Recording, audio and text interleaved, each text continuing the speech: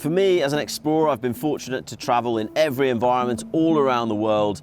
There are very few places left that you can actually really genuinely go and explore and be one of the first pioneers to explore a country. Saudi Arabia is one of those places, and I'm here in AlUla to really see what is on offer to the adventure traveller.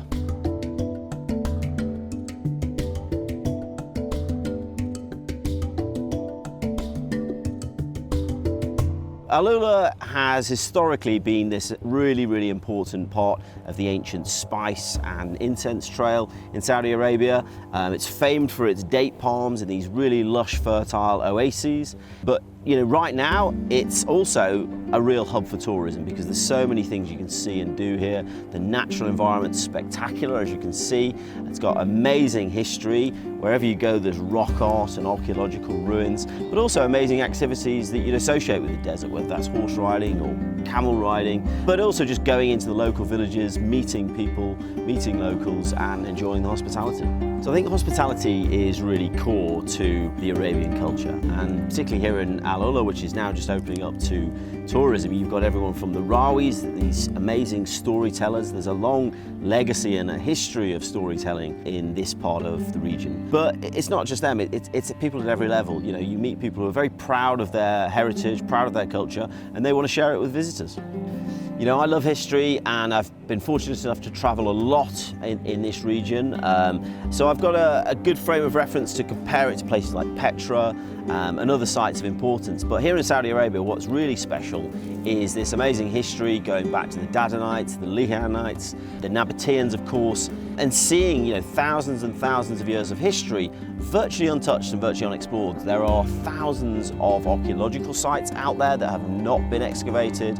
There's lots of sites for rock art and things like that that are virtually untouched, and it's been remarkably well preserved here in Saudi Arabia in a way that perhaps hasn't in other countries nearby. So I would say if you're into history, if you're into archaeology, if you want to really embrace your inner Indiana Jones, this is the place to do it. When I first came to AlUla Old Town 3.5 years ago, I was impressed because there's this really authentic ancient city there, but it was in ruins. It had been abandoned sort of 30-40 years ago, and it had just been left.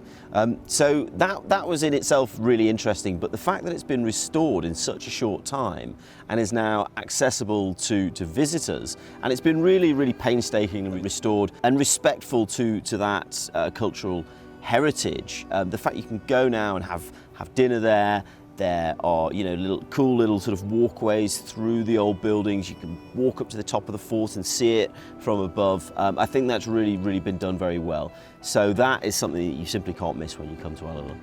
I think storytelling is at the very heart of travel, and travelers are by their nature storytellers. So I think it's great. The more people that can come here and see with their own eyes what AlUla and Saudi Arabia has to offer, the better, because they'll share that with other people.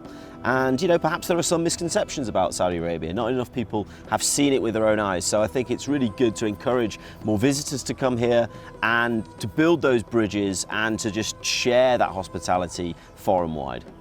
I think, to come here 3.5 years after tourism has opened for the first time, especially off the back of the pandemic when everyone's been sort of closed up, to come here and just to see all of the things that AlUla has to offer in a very short amount of time has been a real privilege. I feel very honoured to be here. Very hard to choose one thing in particular because there is so much on offer. Yeah, I was really impressed by the level of hospitality from the Rawis, from the storytellers, from the tour guides, but not just that, just how skilled and competent they were.